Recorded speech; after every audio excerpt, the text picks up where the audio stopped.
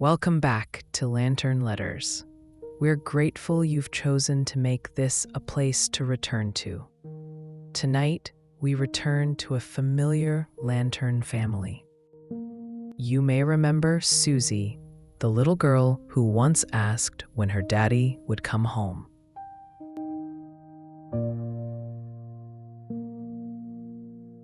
Now, Daniel is home on parole and Suzie is overjoyed. She does not understand all the rules that came home with him.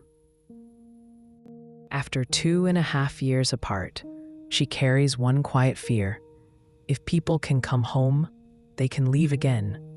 This is still here.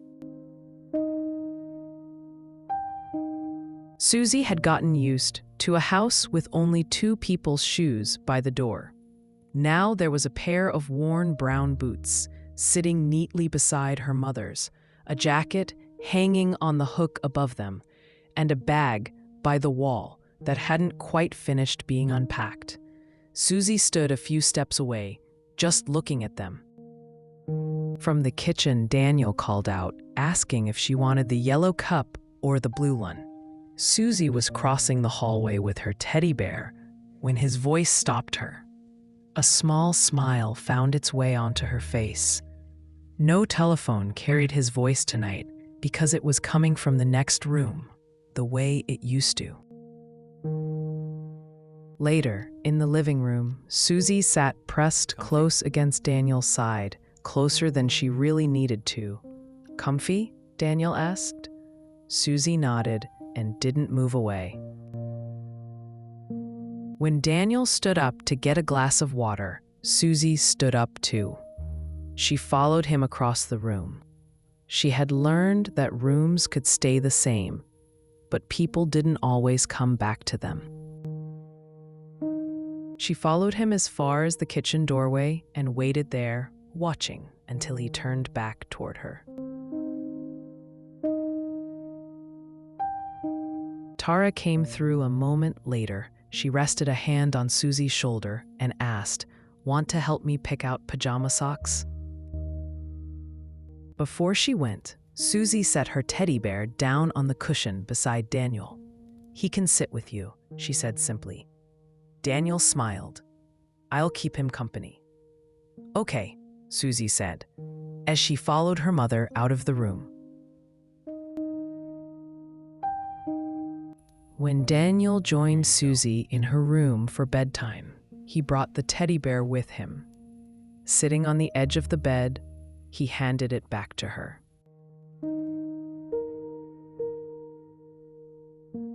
Tell me the rabbit story, the way you used to. She held out an old, well-worn storybook. Daniel began, settling into the familiar rhythm of the story. "Once upon a time," he said, "there was a rabbit who lived at the edge of the lantern woods, and his coat was as gray as—" "It's brown," Suzie said, sitting up a little and lifting one finger. "He's brown, Daddy." Daniel paused, then smiled. "Brown," he agreed. "You're right." They laughed together, and for a moment, neither of them was thinking about everything that had happened in between. They were just a dad and his little girl, finding their way back into the same story in a different way. Suzie reached up and touched one of her dad's curls, then touched her own hair, comparing them. "Your hair does the same thing mine does, Daddy," she said. Daniel laughed softly. "You're my baby girl. It runs in the family." In the middle of their laughter, Daniel's eyes flicked toward the clock. Suzie noticed because it wasn't the first time tonight. She didn't know what the clock meant to him. She only knew that he kept checking it. A moment later, Daniel's phone lit up in his hand. "I'll only be a minute," he told Suzie, and stepped into the hallway. He looked at the screen, his shoulders tightening just slightly, and let the call end without answering. From her doorway, Suzie watched quietly. The phone went quiet. Suzie stepped closer, clutching her bear. "Who was that, Daddy?" "Someone I don't need to talk to tonight." No. Daniel said as he slipped the phone into his pocket. Tara appeared from the living room just then, and she and Daniel exchanged a small, quiet nod, the kind that needed no words. The three of them moved into the living room.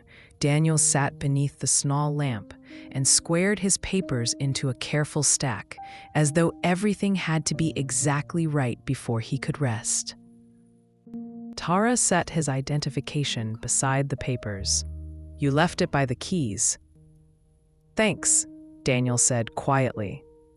Wrapped in her blanket, Suzie watched him prepare for the morning. Daniel set an alarm clock on the table, checking the time twice before he seemed satisfied. Suzie asked, "Dad, where are you going tomorrow?" He told her he had an appointment in the morning. When she asked why, he turned to meet her eyes and gave her the truth he could offer. "There are rules I have to follow so I can stay home." She wasn't really asking about tomorrow. She was asking if it was safe to be this happy. "Do you have to leave again, like before?" she asked. Daniel said, "I'm going to my appointment, and then I'm coming straight back home." Quieter now, Suzie looked at Daniel. "Daddy, promise you will never leave again?" Daniel paused, his hand resting near hers on the table, before he answered. "I can promise I'm going to do everything I'm supposed to do," he said. "And tomorrow, after my appointment, I'm coming right back home." Tara added gently, "Dad has his appointment. Then he comes back home." For a moment, it was just the two of them at the table.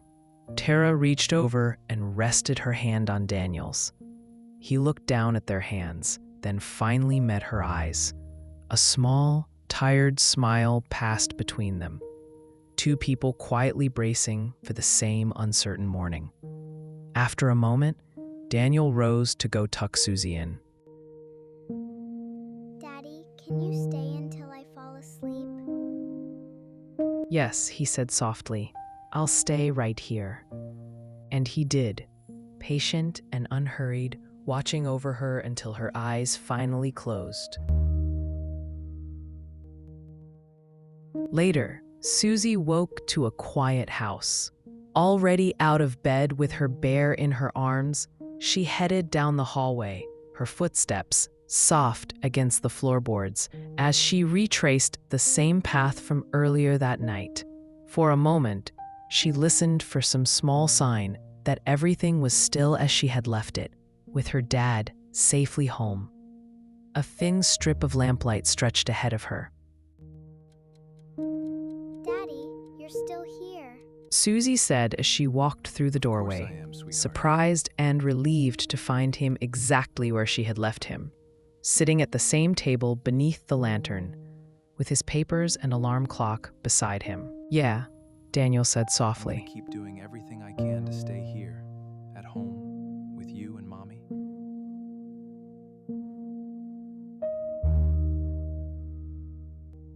As her father held her close, Suzie finally let herself believe that he was really home. He really was still here.